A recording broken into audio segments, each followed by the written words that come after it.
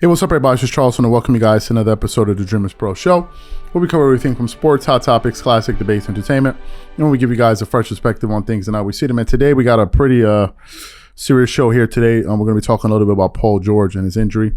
But before we get into it, please make sure you like the video and subscribe to the channel. Now, as y'all know, the Clippers are they're basically in the playoff hunt right now, and they're one of the teams in the Western Conference that has not clinched a playoff spot yet. I believe the Philadelphia 76ers have already done it in the East. I believe the Milwaukee Bucks have already done it in the East. I think the Denver Nuggets have done it already, and I think the Grizzlies, I could be wrong, but I think the Nuggets have done it already.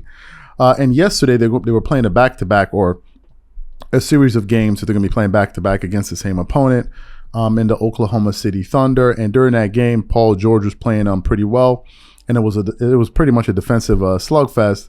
And then at one point, Paul George went up to try to basically, corral a rebound. And what happened was, on his way down, his knee kind of buckled. And basically what we're hearing is that it basically was basically a hyper extension, and it looked pretty bad in slow motion. So I just want to read a little bit about this injury here. From CBS Sports? It says, Paul George injury update. Clippers star exit lost to Thunder after hurting right leg. It continues on. From a team that's been waiting all season to show its championship medal, the Los Angeles Clippers have concerns about the status of one of their star players. Paul George appeared to injure his right leg late in the fourth quarter of a 101-100 loss to the visiting Oklahoma City Thunder Tuesday night. After going up to secure a defensive rebound in the 91-91 game against the Thunder guard, Dort, with 4 minutes and 40 seconds remaining, George appeared to land awkwardly on his right leg as his knee looked like it became hyperextended. He immediately fell to the floor, grabbed his right knee, and stayed down for several minutes. Ultimately, he was helped to the back of the locker room, where he remained for the rest of the game. Clippers coach Ty Lue didn't have any updates on George's status after the game, but he is expected to be evaluated on Wednesday. But also, while I was kind of looking for more information, I came across an audio of Adrian Wojnarowski on ESPN, basically giving some further information or more details about the Paul George injury. So what we want to do is we want to play exactly what he had to say here about Paul George's injury, and then we're going to come back and react to his comments. I'll take a listen to what Woj had to say there. You know, the Clippers have certainly struggled with injuries. When you talk about the George and Kawhi this season, especially, they've played just 35 games this season without both of them on the floor, going 14-21.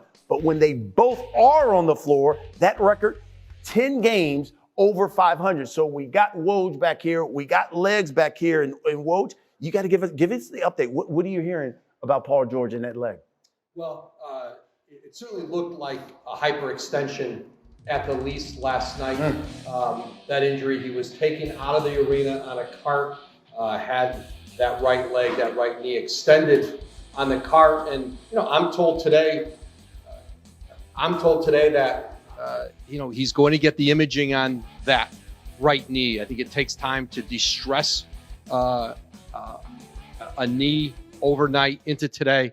So certainly the imaging today, but a lot of concern certainly around this Clippers team with Paul George and the chance that this is a significant injury. We saw the numbers when both of those guys are on the floor. In Europe, how does this affect the Clippers going forward, man? Well, listen, I don't know exactly the status of Paul George. I was watching the game live when it happened, and I shuddered when I watched it. The first time I saw the replay, as Woj said, hyperextension at minimum. I think it might have been a worse hyperextension even than the one that Giannis had in the postseason a couple years ago. We were shocked he came back from that. So who knows what the overall extent's going to be, but if Paul George misses, the rest of the year or the rest of the regular season and tries to come back for the playoffs, I think this could cook the Clippers' chances. And I've actually been holding out hope that this was one team, along with Phoenix, once we see Kevin Durant, that could potentially beat Denver. But if Paul George is not around, I don't see how the Clippers are possibly going to be able to pull that off. They have a deep team, but you can't miss that much offense. So you heard what he had to say about Paul George's injury and his status moving forward. So it's like, here we go again, right? It's like, here we go again with the Clippers. not the Clippers, but just injuries in general, right? As we currently speak, if we look at the playoff landscape in the Western Conference, as I said, the Denver Nuggets, I believe, have already clinched. At the number 2 spot, you have the Memphis Grizzlies, who they're really battling with the Sacramento Kings for that 2nd spot. Maybe the Suns have an outside shot of getting that 3 seed. But the Clippers are really fighting for the 4 spot between them and the Phoenix Suns. They have one less loss than the Golden State Warriors, a team that they recently beat, and it was an important win for them. And now you can see that them beating the Golden State Warriors is going to help them now, even though they dropped the game against the Orlando Magic, a game in which Kawhi Leonard low managed. If you look at Paul George's production this season, he was having a pretty good year, scoring roughly 24 points per game on 45.7% shooting, 37% shooting from the 3, 87% shooting from the free throw line, getting you 6 rebounds, 5 assists, 3 turnovers, and 1.5 steals a game. But he's only played about 56 of, let's say, the 70 games that the Clippers have played this season. And for me, I think this is a devastating loss. However, the Clippers have one of the deepest rosters in the entire NBA. That's one thing. They have the deepest. They have one of the deepest rosters, certainly at least in the Western Conference. When you think of players like Norman Powell, who's injured, we have to wait and see what his status is going to be. Obviously, they just acquired Russell Westbrook. They have guys like Eric Gordon. They have Terrence Mann. They did deal away Reggie Jackson, but I think the Clippers have enough firepower. Even if you look at Russell Westbrook yesterday, when he played for the team, he had a solid outing. He shot 60% from the field. Although he did not make any of his 3-point attempts, he shot 60% from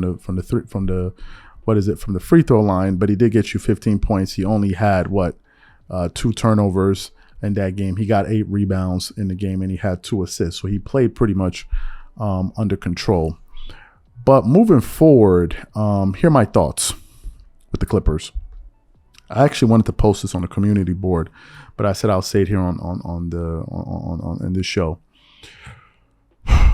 Obviously, if Paul George is not able to return this season, that is going to be a devastating loss.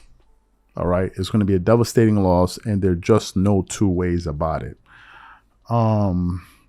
And this is beginning to make me think back to Kawhi Leonard's time with the Toronto Raptors. And I'm beginning to wonder if Kawhi Leonard can have another run like that.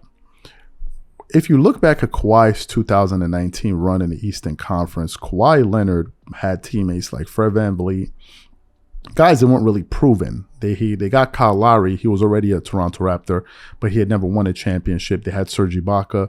He had been to the finals, if I'm not mistaken, but he had never won a championship. Of course, you had a defensive stalwart at the time in Marc Gasol, who I think had actually won a Defensive Player of the Year award, if I'm not mistaken. Of course, you had head coach Nick Nurse.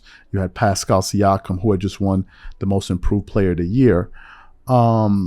And during that playoff run in round 1, they lost the first game to the Orlando Magic, and they ended up winning the next 4 games.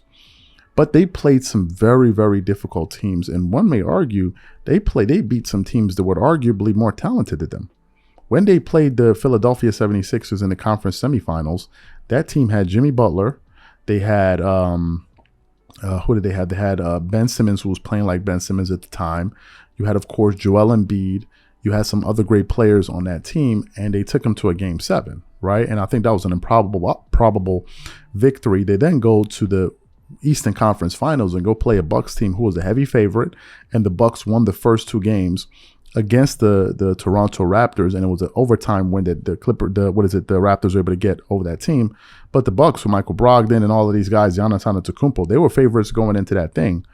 And Kawhi was able to lead that team past them. And really, what I'm kind of thinking about internally is, given the fact that the Clippers still do have a deep roster, Kawhi Leonard for sure is the star. He's a solo all-star caliber player, the same way he was that year, at least before Pascal Siakam became an all-star. But they still do have Russell Westbrook, who may be able to recapture his all-star level of production, but they do have a lot of pieces.